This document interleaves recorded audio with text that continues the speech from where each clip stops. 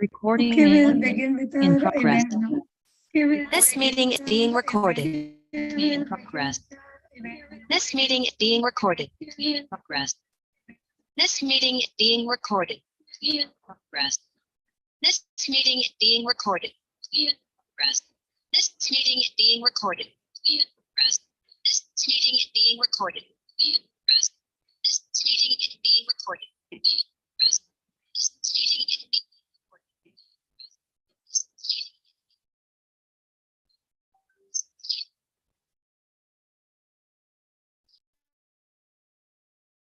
Hello. Is my voice echoing now?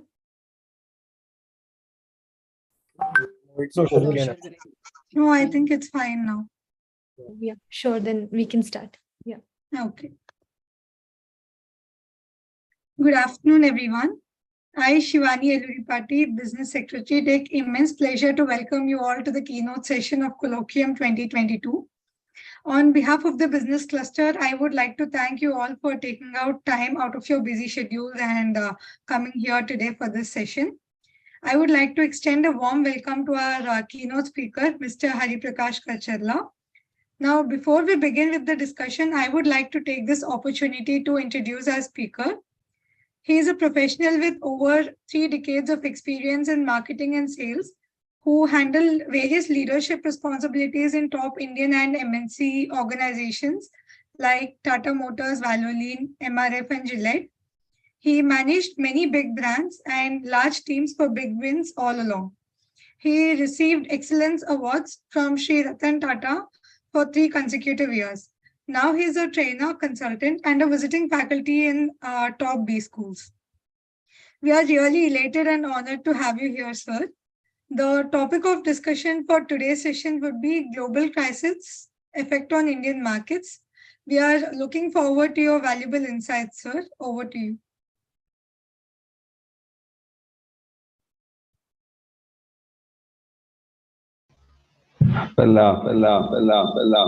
Is there a echo? Yes. Sir. Yes. Have I logged in 2 places? No, Okay.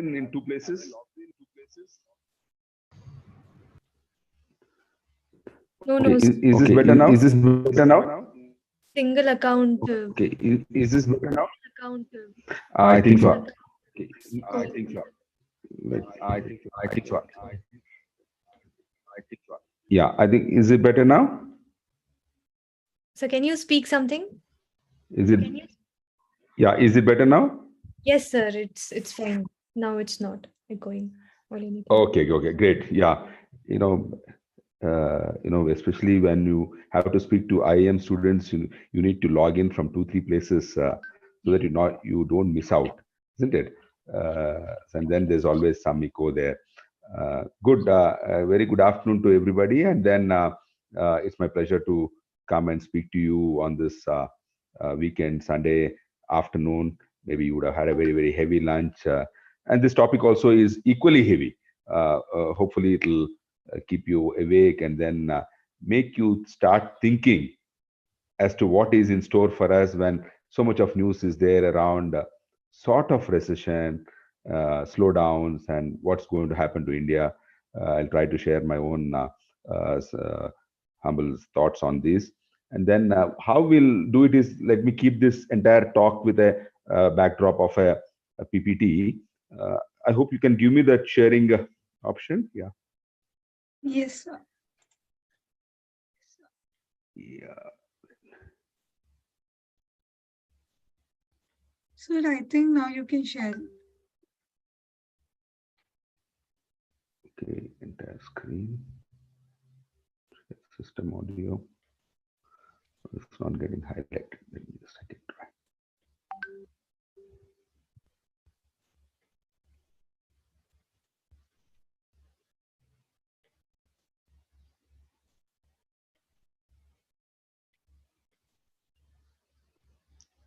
Okay, I think supposing I put the PPT on.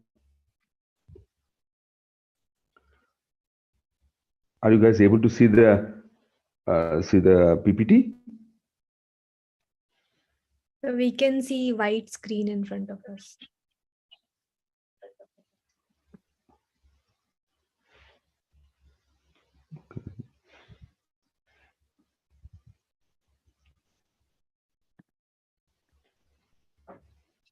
Let me share the screen.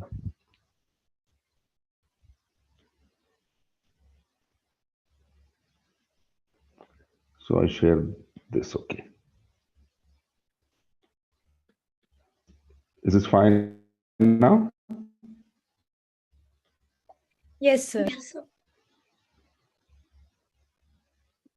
Yeah.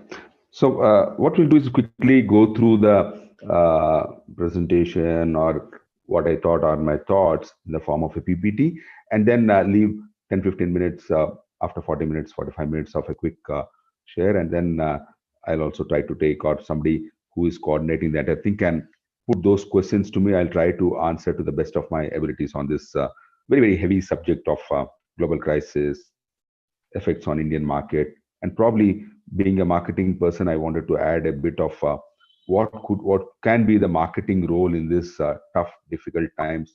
And most of you people from Indian Institute of Management go to business strategy, brand management, product management lines, where real decision making has to be done.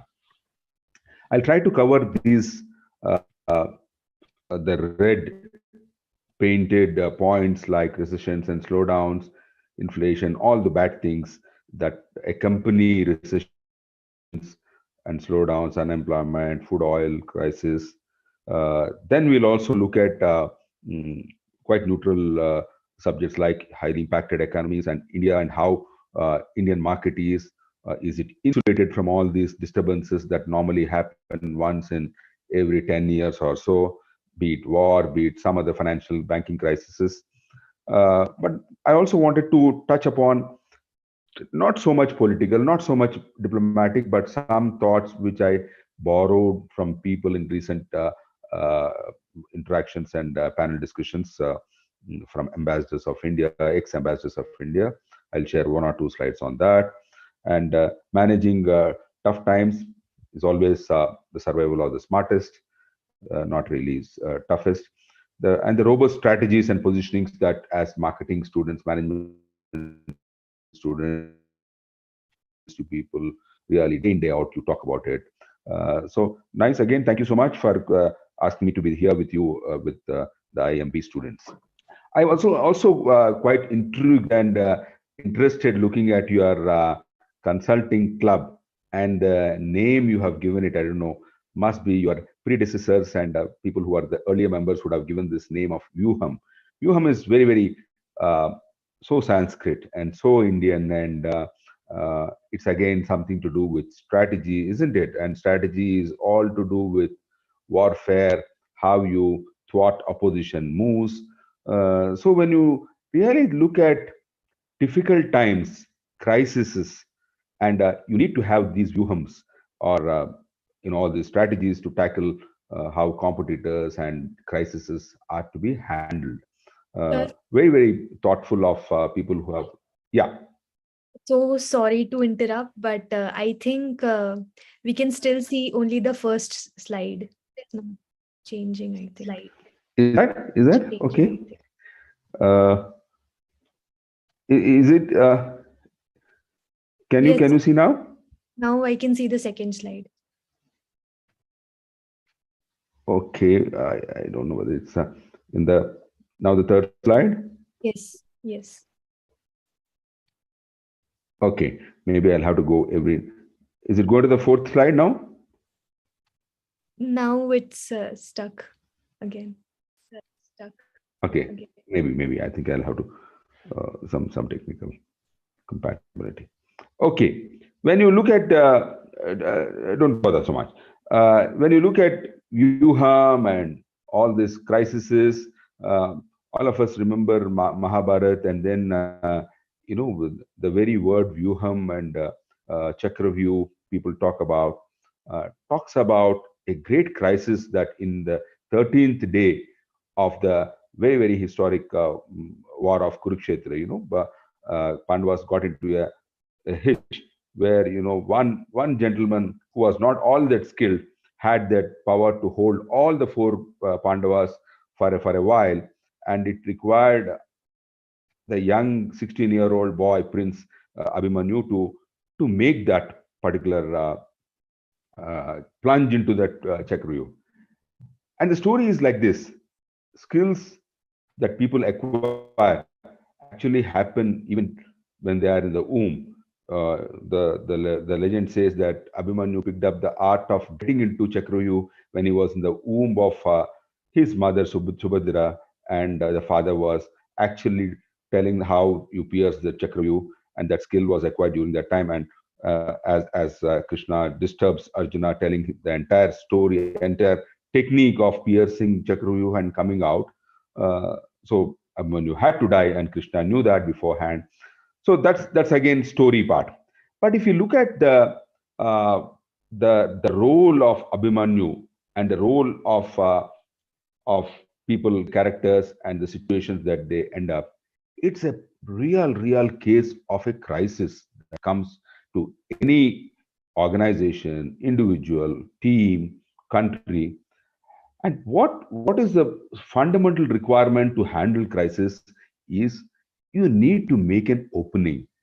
And that's what Abhimanyu did on that particular day. Otherwise, on the 13th day of Kurukshetra, probably Kauravas would have closed the war in their favor. So it required that bold and great and probably risky step. Even with half knowledge, you may have to go ahead. Why I'm giving this backdrop is basically to understand that in crises like this, you might not have all the obvious solution how to deal with this crisis of slowdowns or downtowns in economy. Countries take their best gut feel with all the data and analysis that they command, yet there is some boldness that is required. So that's why I always say an opening is all that what you need to stay on the course of progress. So that being said, I wanted to go to a history, and I don't know whether you people were born that point of time. Not really, I don't think so. So 1991 is my first memory of a slowdown, and I was young, what you call assistant product manager in MRF tires, and that was a time MRF, quite a fledgling tire company, was number 4 in the pecking order. And from number 4 to become a number 1 during the 1991 very historic time where India had to pledge all its gold. That's what people talk about, and the finance minister Manmohan Singh ji and the prime minister had to take those Abhimanyu-like steps of actually pledging everything and then opening the doors.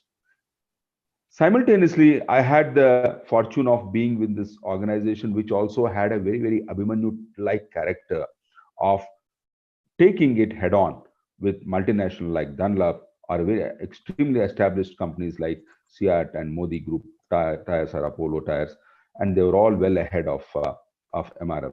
But the leadership in MRF had this strong resolve, and also had that strategy to make entry into markets which were not very conducive for a South Indian toy balloon making and a rubber company, MRF. But I always remember those two slogans we had in our sales and marketing team in 90 and 92. One was Operation Overtake. At that point of time, Dunlop was number 1 tire company.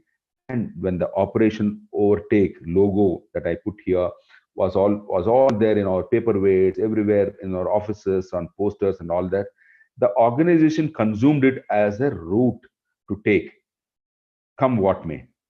And in a matter of 24 months, MRF had become India's number 1 tire company. And then it didn't stay there.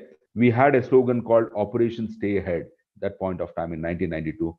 And that's the time when India also was actually dabbling with all those challenges of opening up with foreign companies coming in electronic space. Sony's and Panasonics were all coming in. In tire companies, we had Bridgestones and Michelin's and all making licenses and getting into India. But that Operation Stay Ahead, again, a strong resolve and a robust strategy actually helped company to stay ahead. Why I'm trying to bring this organization's journey in handling crisis is also the only way you look at crises and how people manage it is if it's country, family, or company, all the same, it requires those thought processes that put you on the right rails.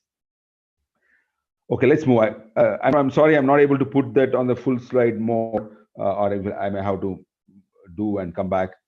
But the 1991 lessons of slowdown and difficulties and crisis in India, the big decisions that that point of time, people who mattered and who did those big jumps were the Prime Minister, the Finance Minister, the Secretary Montek Singh Ahluwalia, and then we had heroes in the form of I'm just put one name, Ashish Kumar Chauhan, who was also an IIM alumni, and then he set up a parallel to BSE, which was uh, rocked by the Harshal Mehta scam that point of time. NSE came into existence, and then people like Ashish Kumar Chauhan built organizations of strength and resolve. During those times, if I have to look at 1991 to 1996, 97, you have all those companies that are now making waves or in different industries. Think about Zoho, think about Ramoji Film City or Bharat, which may created history during this COVID. Infosys going to public, Vodafone's, Mercedes, all came in, and that made India complete market economy. So market economy and level playing field had to be accepted by the country as a as an accepted norm of managing the economy of the country. That's some great lesson that 1991 has taught us. Well, sometimes desperations give us a good chance to experiment or gamble. And I always remember, again, continuing the same MRF story, one of the brothers of Mamin's son, Ravi Mamin, was supposedly a gambler by nature. So that's how he took all those bold decisions of getting MRF into car racing, getting MRF into cricket, getting MRF into big advertising, which was not seen in the tire companies. So you make bold moves, it works sometimes, especially when others are not into it. You are the differentiator, you are the initiator. So you reap the harvest of those risky and the bold decisions. Let's move. I also want to just give you as an introduction is a company or a group which was based out of Ludhiana, a typical cycle manufacturing Punjabi family, Munjals.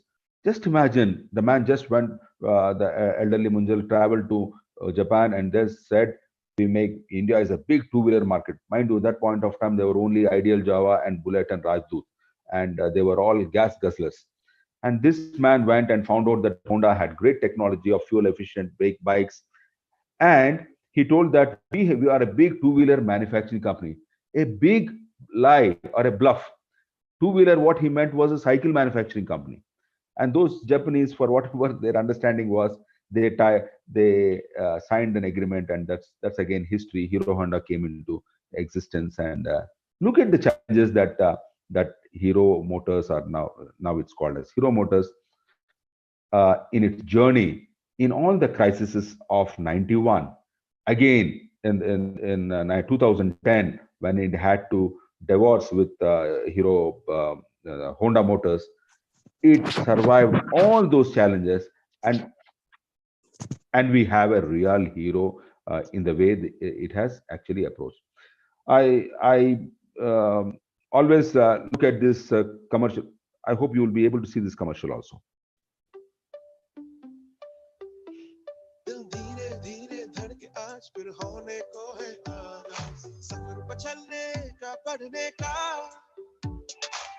जितना है हौसला जितना भी फासला मंजिल मिल ही जाना है ओ ख्वाबों से जाना है हम ही से तो उम्मीदें हम ही से तो दिलासा है हम ही पे निगाह है हम ही पे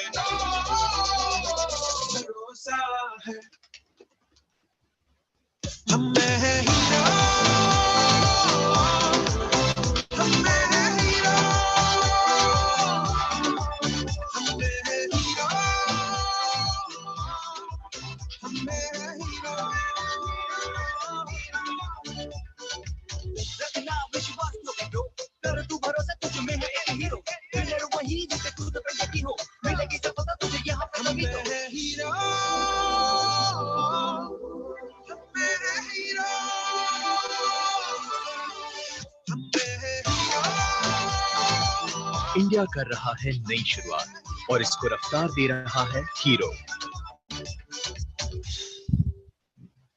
Actually, हम में है hero is really Hero Motors, and India rebounds is in most cases, the quality of rebounding is something that an economy or a country or a corporate body needs to have whenever those crises come ahead of you.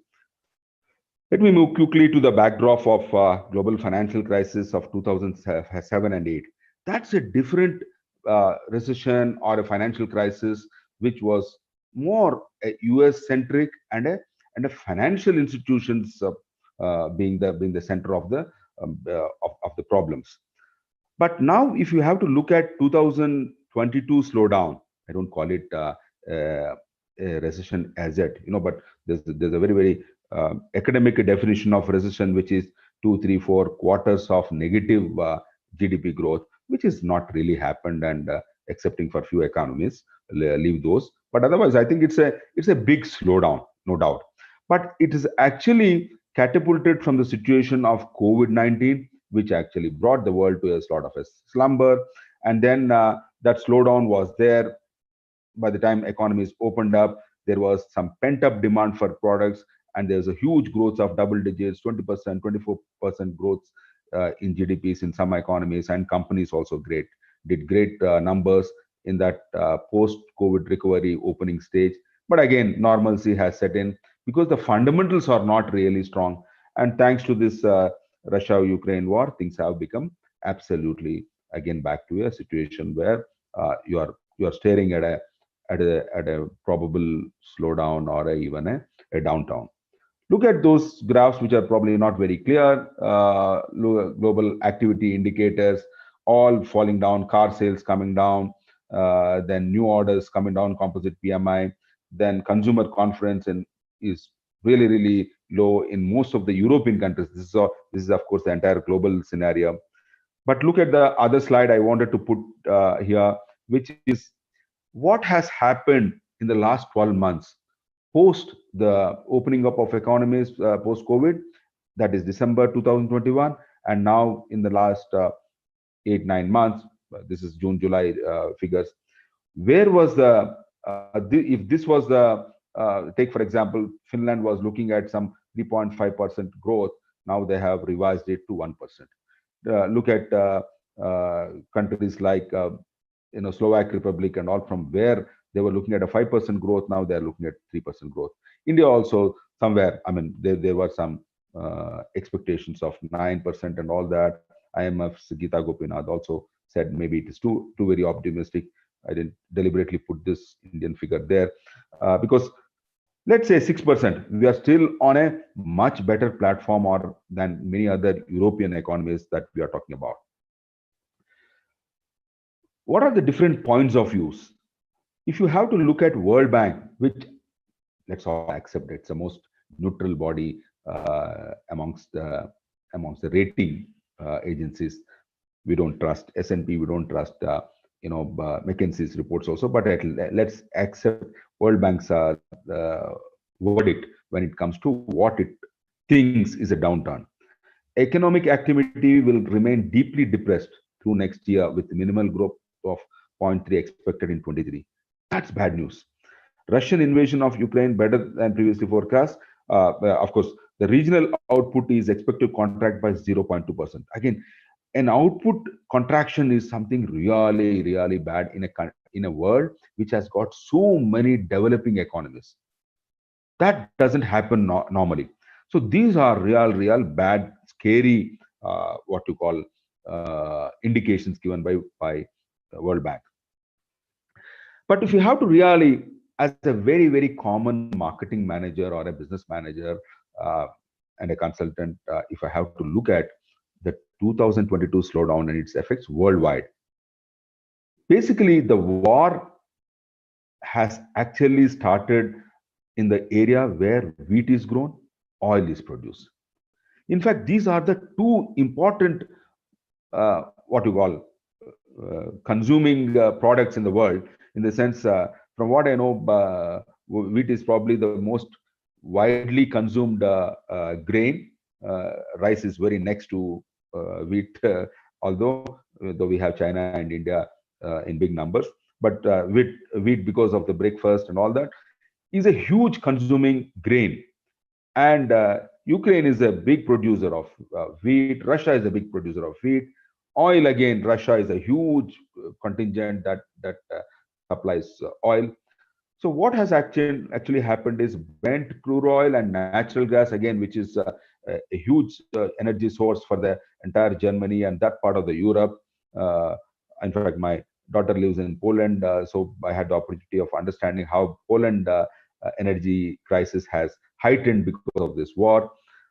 Metals have become extremely costly. All the graphs of the prices, but what really matters, especially for people like us in India, is fuel. I will come back to what is the impact on India a little later, but just consume this particular part that food and fuel are the basic issues of this slowdown. Well, I also just for the academic purpose put the impact that it has on commodities, from potassium chlorate to DAP to soybean to everything. I have put what has actually changed. Everywhere there is a commodity price increase, which is a little bit alarming. 75% what Ukraine and Russia account about third of world's wheat production as well as 75% of sunflower oil supply.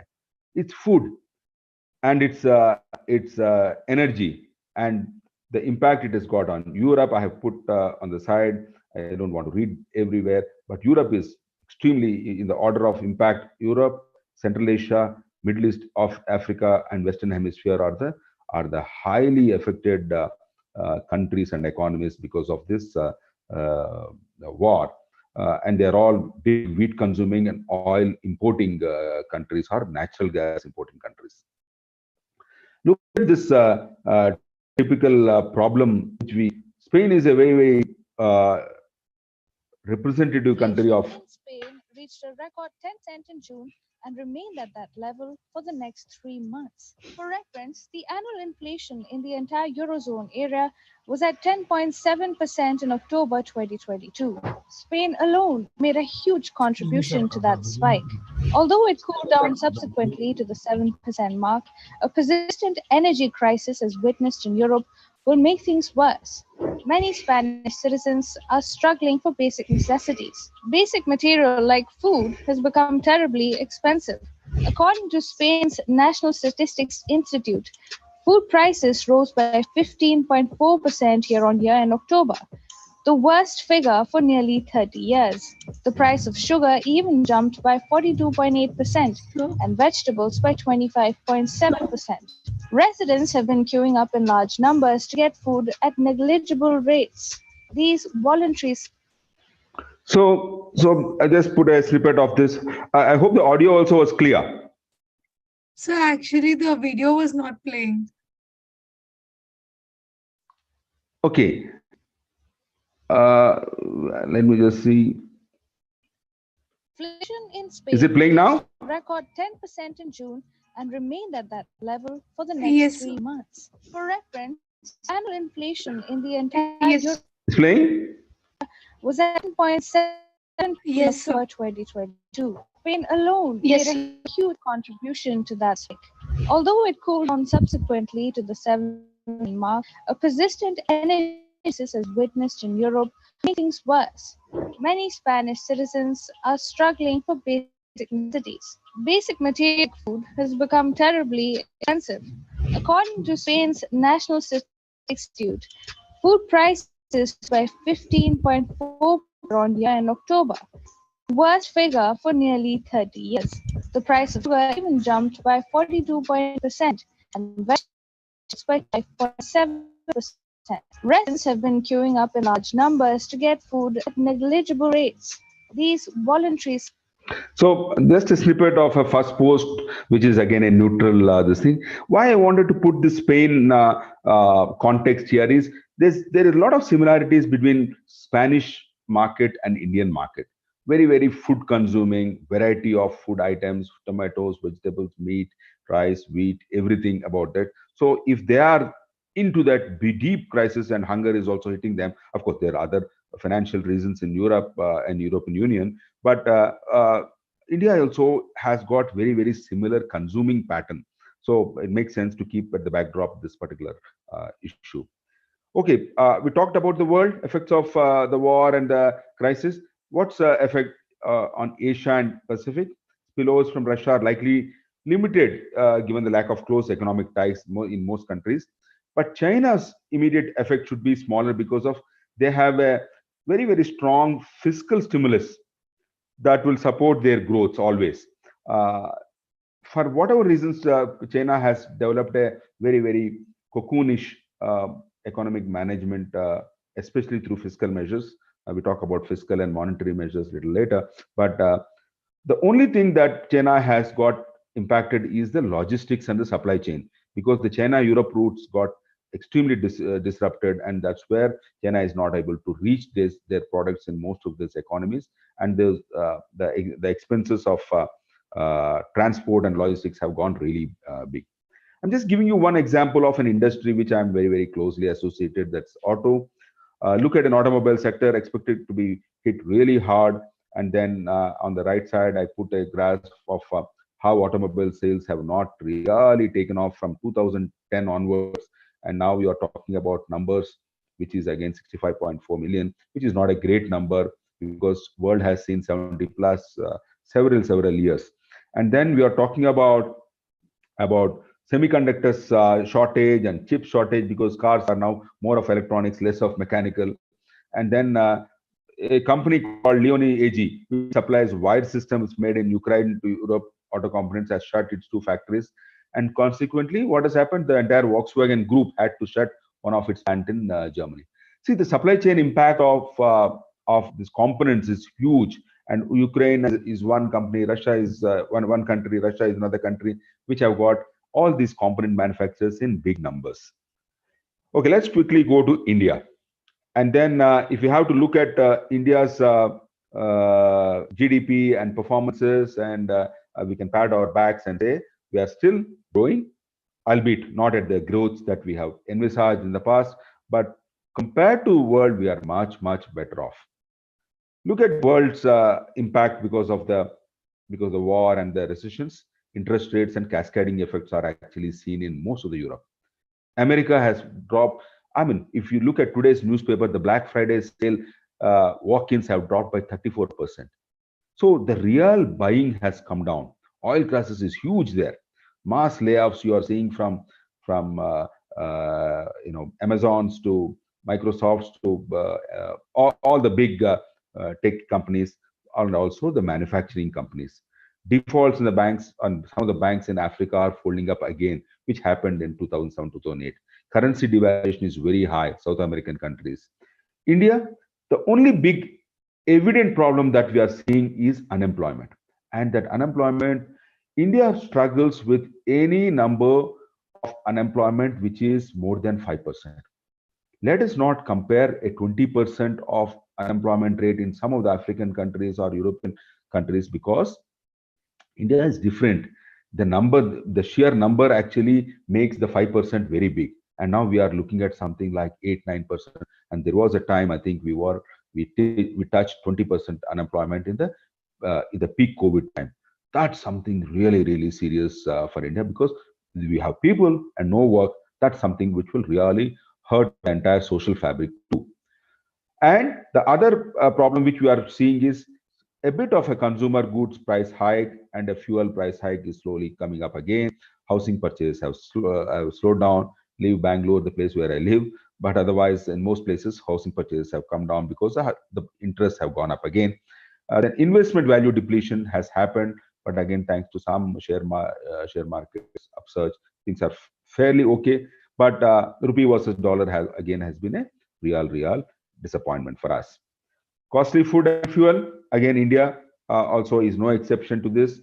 2022, look at the food price index has gone to 146, which is a extremely alarming situation, especially for the lower income group and the unemployed families. Crude oil prices again above 100 is something which is alarming, because India does not have those deep pockets to dig into and then pay. I also wanted you people to have a quick look at Australia unemployment, how it managed and how India managed unemployment. We are at somewhere at around 7% unemployment, which is really, really bad. And Australia also a country which doesn't have great manufacturing workforce, managed at sub 3. That's good management. Somehow, to our discredit, we have not done well in this sphere, and that's a bit of alarm for the country. Foreign exchange reserves again coming down and down as we are somewhere in September, but the last few days news is slightly better. We have done well on imports and reduced some of our imports, so we are somewhere in the 600. But we were enjoying a very good foreign exchange reserve in 2021, but that benefit seems to be frittering away now. Okay, let's look at let's not look at only the problems and what are all the possible solutions, what are all the options. You have two options to resort to: monetary policy and fiscal policy. But with my limited understanding of the entire economics and the macroeconomics, the time may not be right for us to look at things like monetary policy. Not much of interest rates tweaking needed now.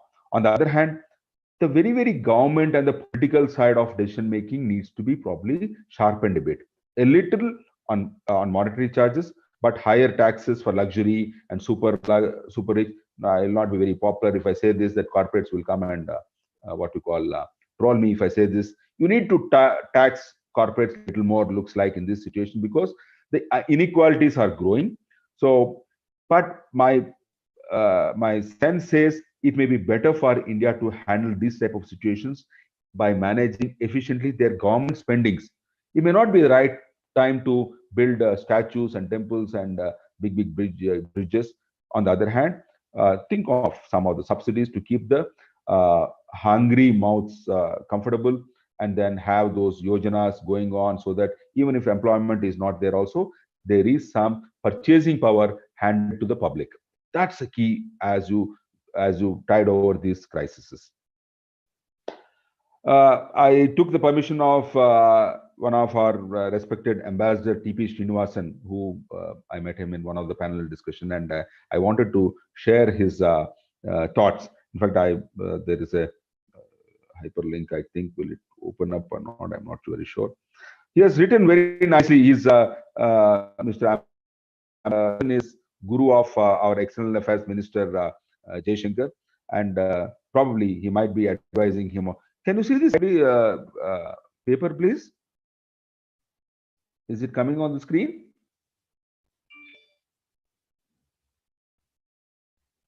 No, Guys? sir.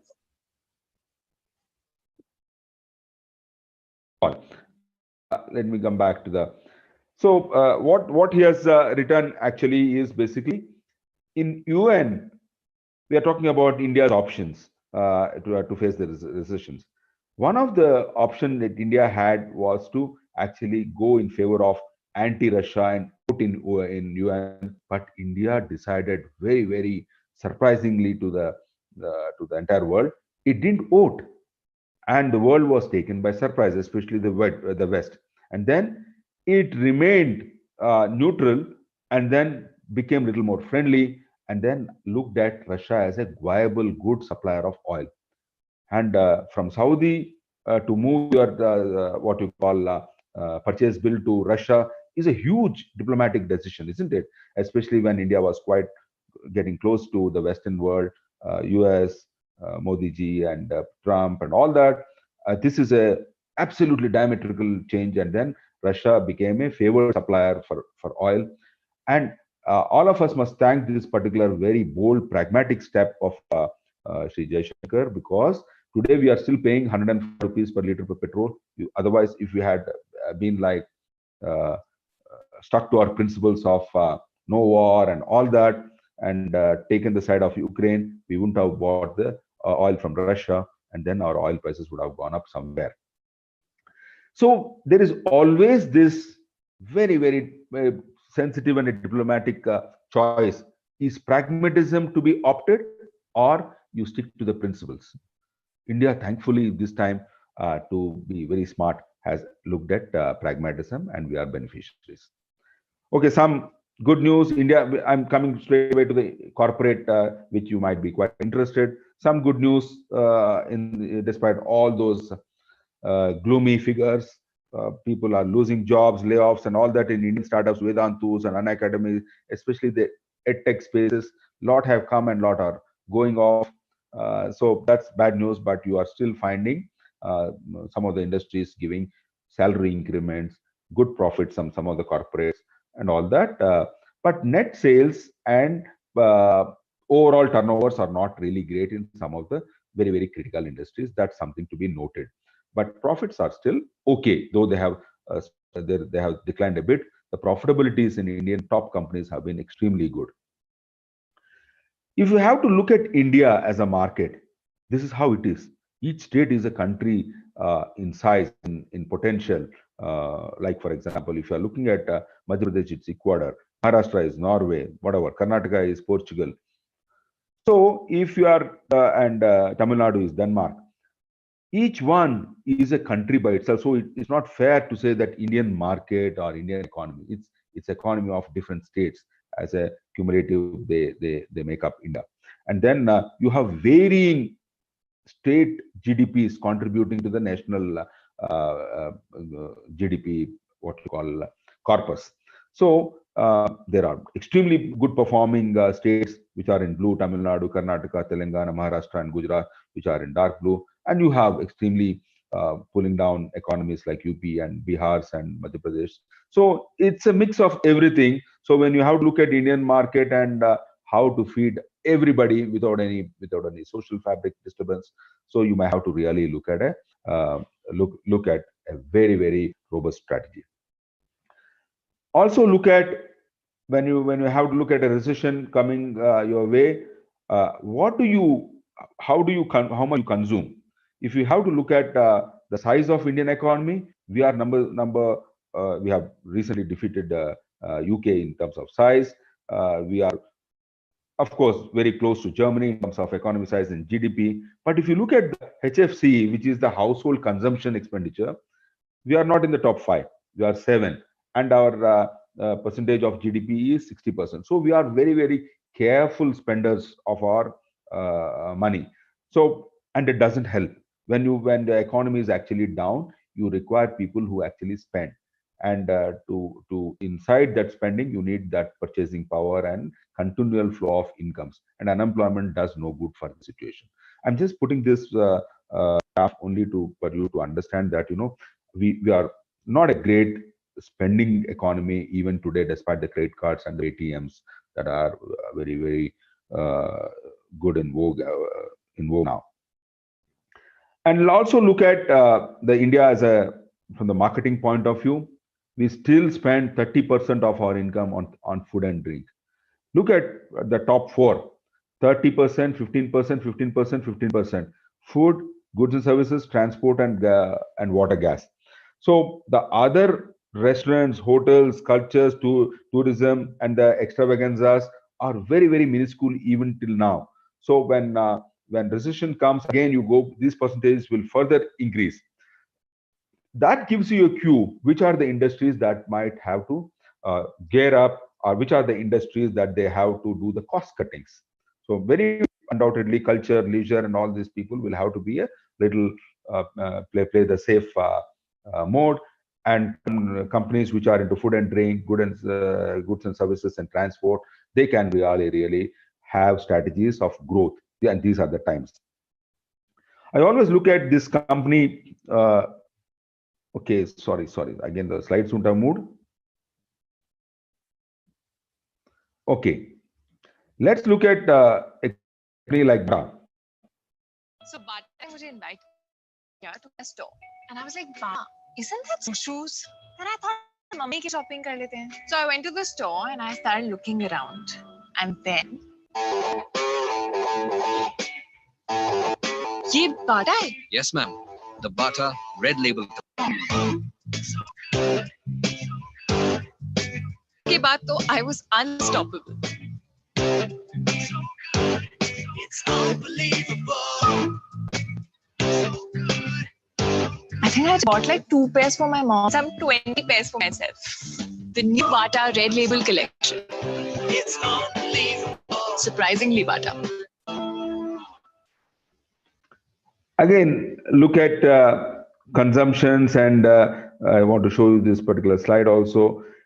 Bata, brands like Bata, brands like typical Unilever products, which are essentials, footwear, FMC products, food products, oil. I think they have a scope to really. I'm just trying to compare a Clark shoe or a Bata shoes. Clark shoes are all maybe 5,000, 6,000 rupees shoes. They may not have a great quarters going forward, but then it makes sense for Bata to really, which has the capacity, which has got the distribution network everywhere set nicely in, to give value for money and then make and thankfully so the CEO of Bata, the Indian Kataria ji, has actually looked at Bata as India as a growth geography for Bata, and they are doing exceedingly well after he's taking over as a global CEO. That's strategy. That's very, very robust thinking in difficult times. If you look at the big brands of the big MNC brands, also Coca-Cola, Mondelez, Whirlpool, all these big liquor brands are investing heavily in India because they think that this particular economy is really taking off, while the West is actually slowing down. They'll be probably coming into the arena in a much better, bigger way, offering value for money products. Otherwise, a Coca-Cola, which was when it came to India at rupees 7 or 8, even today is available at 10 rupees. So they are managing. So corporates in India, Indian companies need to take a leaf out of companies like Whirlpool or beer companies or Mondelez, Cadbury's, all these companies, in terms of absolutely staying relevant and then keeping that value to the Indian consumer intact, managing the pricing, managing the marketing mix extremely well. So if you look at the leading companies in India, whether it's Reliance or TCS or HDFC Bank, and all these people have got huge profits in their balance sheets, in their profit and loss accounts, and they have made exceedingly great progress in terms of growth. So it's time for them to actually to do a right balancing of stakeholders' interests. All these good years, they have actually given good returns to the investors. Probably it's time for them to tilt towards consumers and mass. Reasonable pricing, easy distribution, logistics costs, delivery charges. These are all the areas they can probably look at. Investor interests can actually take a small break for some time. They may not get the returns of 22% or whatever, 17%. But if they are okay with 12%, I think good 2-3 years during the recession time, companies need to take care of the other stakeholders' interests like employees and consumers. That will do the country and the company good. Employees will be happy, they stay with the jobs, and consumers get goods at value which they are comfortable with. I always have great regard for leaders and leadership styles in companies during recession times, and times we don't call it recession, we call it crisis. And no better example than Mr. Suresh Narayan, the current chairman of Nestle. And all of you know this very difficult time that Maggie went through in terms of ban in 2016, and when great difficulty hit India and the world, COVID, this is a company that actually stood for, and then this is what they did. I hope you'll be able to see this video. नमस्ते दादी, कैसी हो? हाँ ठीक ही हूँ। आज तो एकदम फ्रेश सब्जी मिली है और घर में सब ठीक। आप जैसे लोग हैं मदद करने के लिए। कुछ चाहिए तो बता। चलिए। सुन, पैसे क्यों? दादी, आपके बच्चे हैं।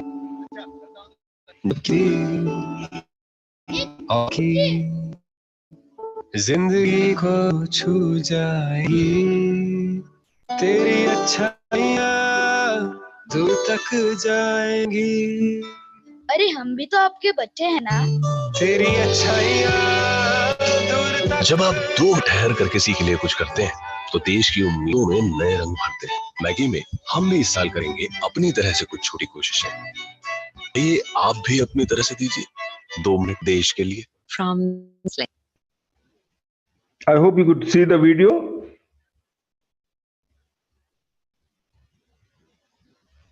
Yes, sir. Guys? Yes, sir. Yeah. So this is one of the biggest move that they made during COVID time, 25 million Maggie packs to all the health workers. That's something, makes company be what you call inclusive, makes company be a body that is actually valued by customers in difficult times. And that's what great companies need to do during these challenging crises.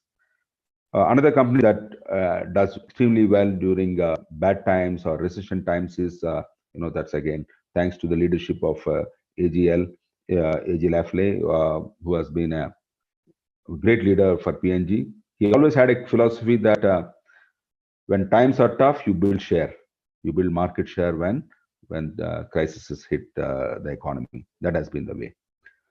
Okay, let me quickly conclude as we come to challenges the world is facing as management students and coming out and taking up a plunge into corporate. What are all the World Economic Forum's important skills outlook, and even in difficult times? What is that helps people to stay clear of competition and do well in their lives?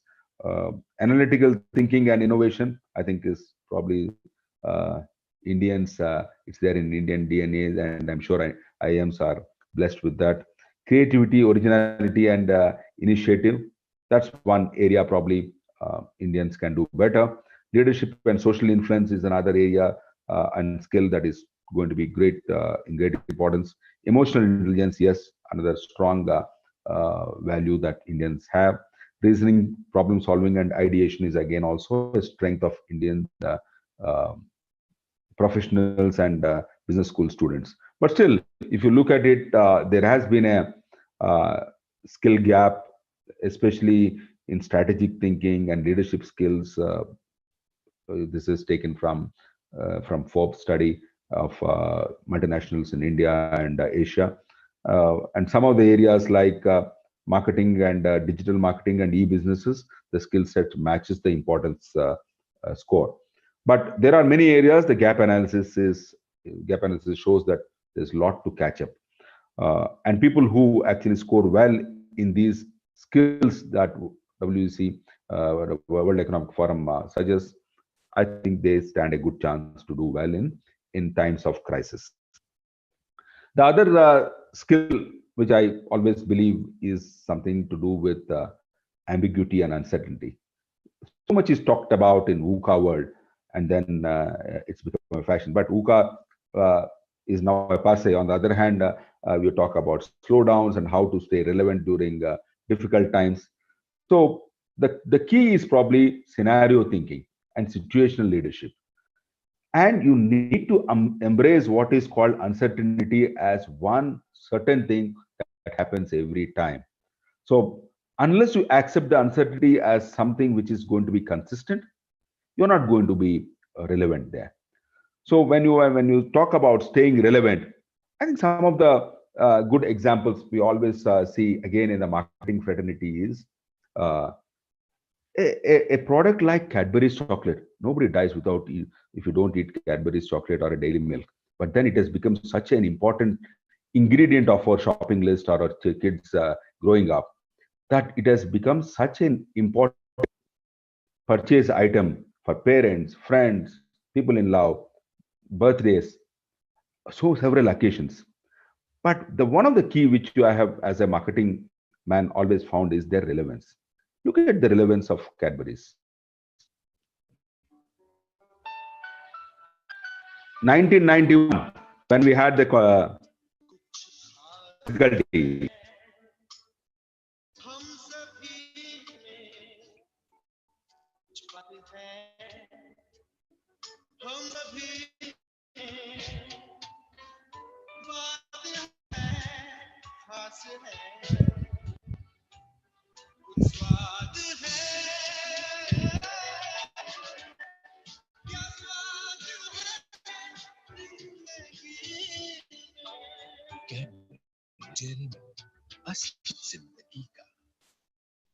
So that's 1991 when the first crisis, and now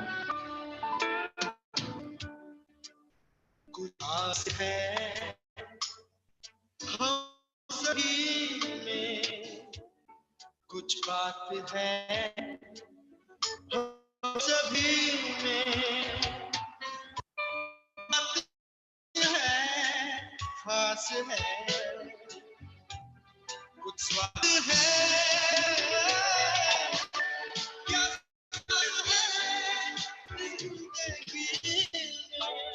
Cadbury's Dairy Milk. so staying relevant is the key.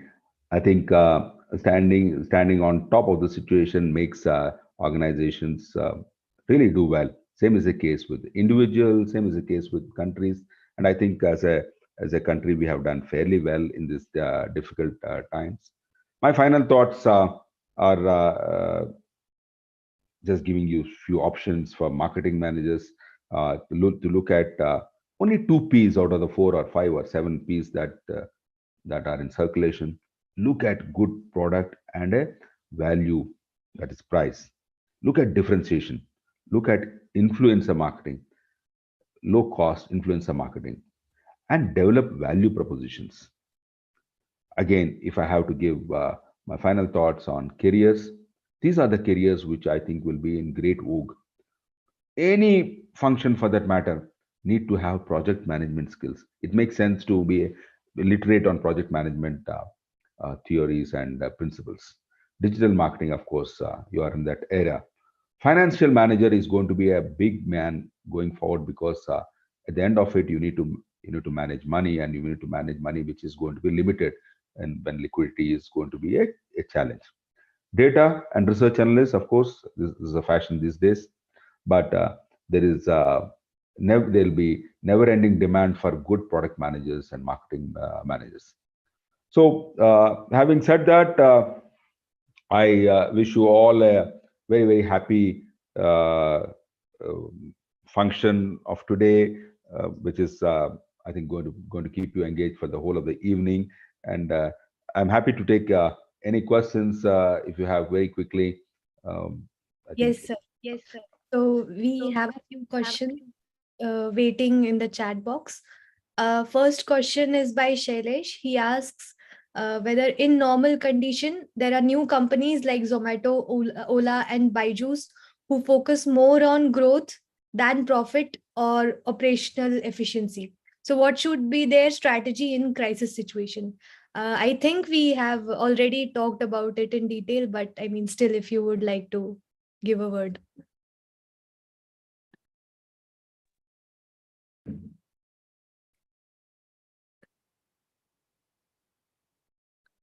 So I think you're on mute. Yeah, am I okay? So I think you're looking at companies like Zomato's and, or for that matter, the very shocking news that I heard yesterday is I helped some of the people in Amazon. So Amazon has shut down one of their grocery delivery, unit here in Bangalore also. So these are going to be the cost cutting measures, because probably these organizations, especially, I mean, I'm a little digressing, some of the companies which have gone overboard when it comes to cost management and taking people on board are these edtech companies and the new gen startup companies, or Mishos and all these companies. While they have done that, they didn't find time to undo the mistake that they have done in the initial phases, because it's not only finding time, they are also backed by the equity and the funding people. So you can't start big and then quickly make it small. So they continued this flow for some time, and now it's a good bahana, and I hope you got the Hindi word bahana. You have the recession at the backdrop, and then you say, no, because it's a recession, I have to lay off so many people. So they have found a nice alibi in this, by war and all. I don't think any operational difficulty is there for a Licious, which is a meat supplier in Bangalore or Hyderabad or any other places where people are eating their chicken and all comfortably. There's no need for them, but they're actually doing their course corrections using this. I may be I will not be 100% wrong for sure. I may be wrong even by some percentage if I'm being little unkind to these companies, but this is the reality. Apart from that, I think the strategies for these people is come out transparently. If you have done a mistake of over investing, undo it and then come out transparently to your stakeholders. That's much better way than actually coming out using bahanas. All right. So the one sec, sir. I think it's echoing a little. Is my voice No. echoing? No, yeah, no, it's quite clear, quite clear. Okay. So next, Vishal asks, apart from RBI increasing the repo rates, what can the Indian government or RBI do to control the rising inflation? Personally, I'm of an opinion that Indian inflation is okay. And for a growth economy, these inflations are perfectly okay. It's only political commentary that goes around that, but yet some control on food prices, basically through operational efficiencies, cooking oil and all probably can be brought under control. Indian government has done well in that. But as I have told in the slides itself, more than the monetary measures, probably what Indian government needs to know is more of fiscal. Monetary, I mean, the RBI governor has got very little to do at this point of time because you're still growing. You're growing at 5 to 6%.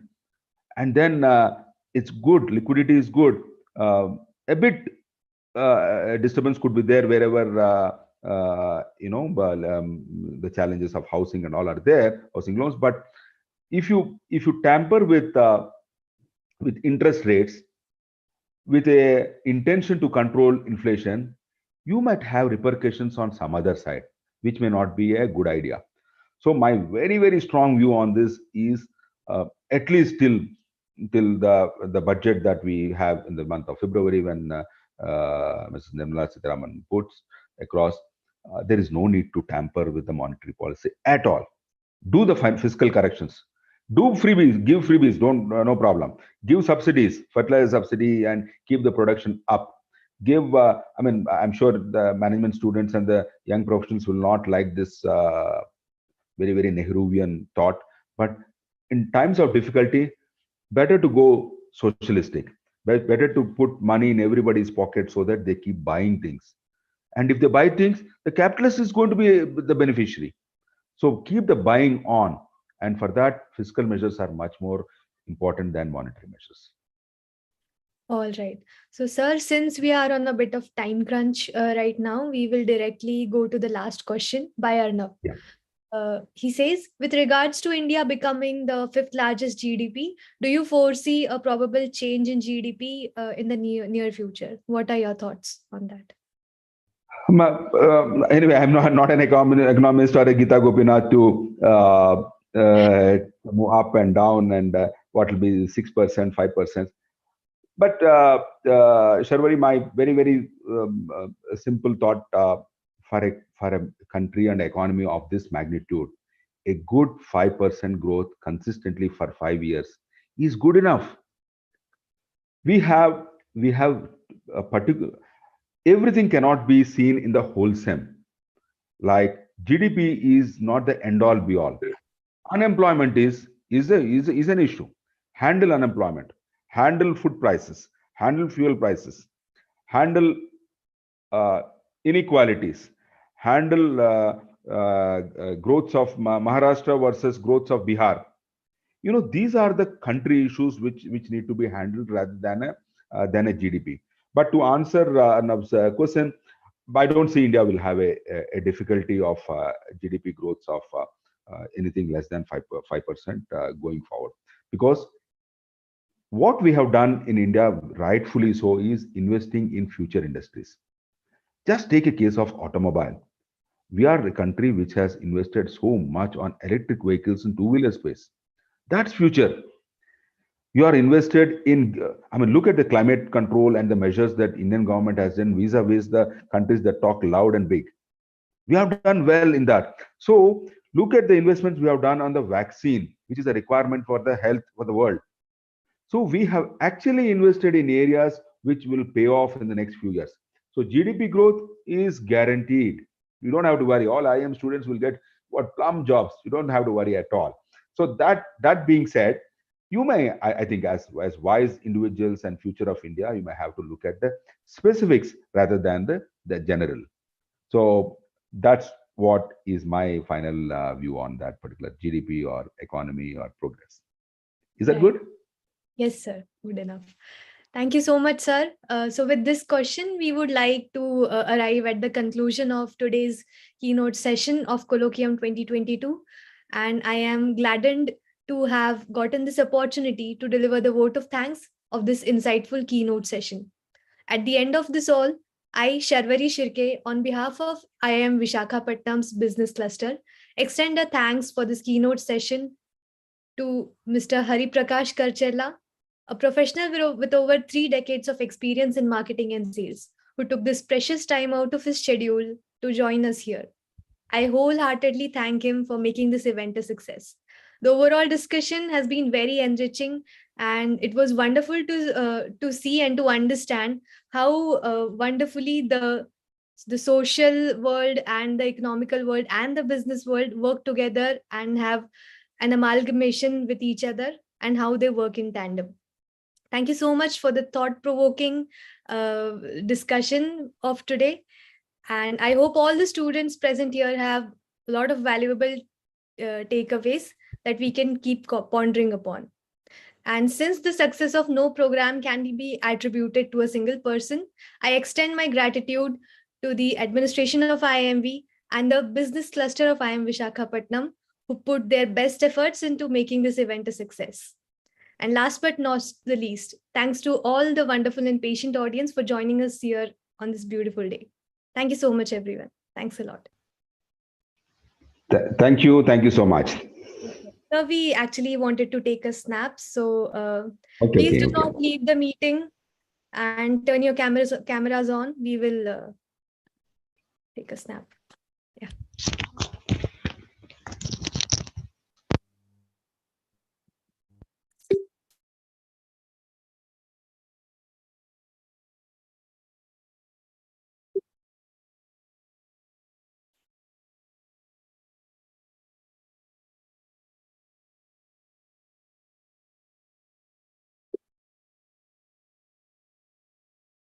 All right. So that's it for today. And with this, we conclude Colloquium 2022. Thank you so much, everyone. Thank you, sir.